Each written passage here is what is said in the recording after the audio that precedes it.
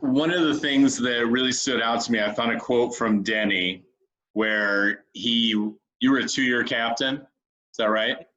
Yes. That was a big deal to Denny. And he pointed that out in a quote that I found where he talked about he didn't know of any precedent where anybody had done that in Indiana before, and maybe there was, but he knew that it was a really special deal and that very few got the opportunity to lead that team as a junior. What did it mean to you to be the captain of Doc Councilman's team and of one of the best teams in America? It meant so much. It was a surprise to me when we had the vote. It was a surprise when Doc said, you can vote for a junior or a senior. Because I hadn't heard him say that before.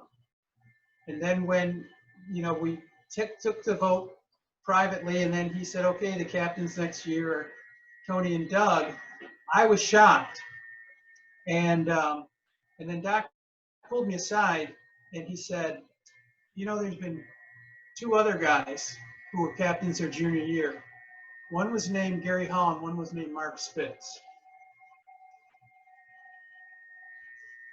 You could have just knocked me over with a feather right then. I was in shock. At the same time, it was incredibly rewarding, and one of the most rewarding things in my life to have these guys on the team who I really, really admired and really respected and had built really solid relationships with, and I admired as swimmers and as people, for them to, vote me as one of their 2 captains as a junior it's one of the most rewarding things in my life. And it's also a neat thing my senior year, I was captain again, and that was Doc's last Big Ten champion team. And so for me, in my relationship with Doc, I felt like, besides the fact of being bestowed the honor of being a captain, I felt like I was helping Doc cement more of his legacy by trying to lead the team as best I could and get another 2 more Big Ten titles as captain for him to cement what was already a legacy that didn't need much more cementing, but I thought he deserved to be number 1, and I was going to do everything I could to help deliver that to him. What are you most proud of in your time in Bloomington? I would have to say that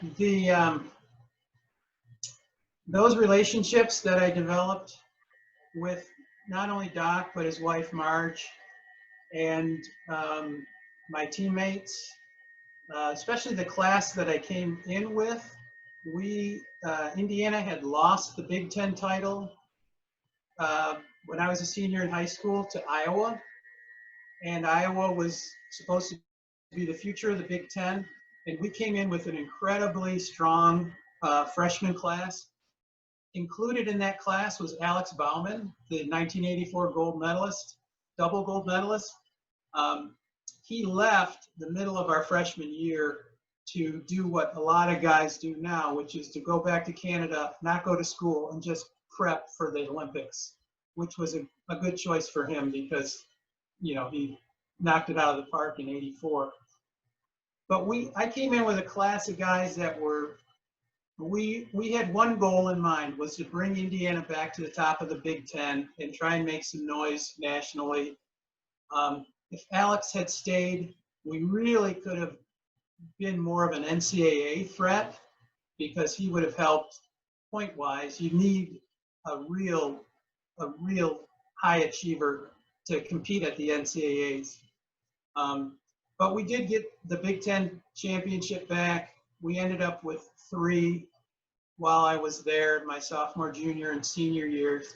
But it's really the relationships I developed with my teammates who are still my friends today, godparents to my children, my relationship with Doc and Marge, and to be able to, I met my wife there and all that stuff. But to also be able to have my parents become friends with Doc and Marge which was a real treat for them because they fully appreciated who Doc Councilman was. And I really felt happy to just, Doc has said it, and I've heard Mike Bottom say it at U of M, it's all about relationships. As fast as you can swim, yeah, you want to swim fast, but in the end, you look back and it's about relationships. And my relationship with my teammates, and especially with Doc and Marge at Indiana, is really the most rewarding thing, the thing I'm happiest about being at Indiana.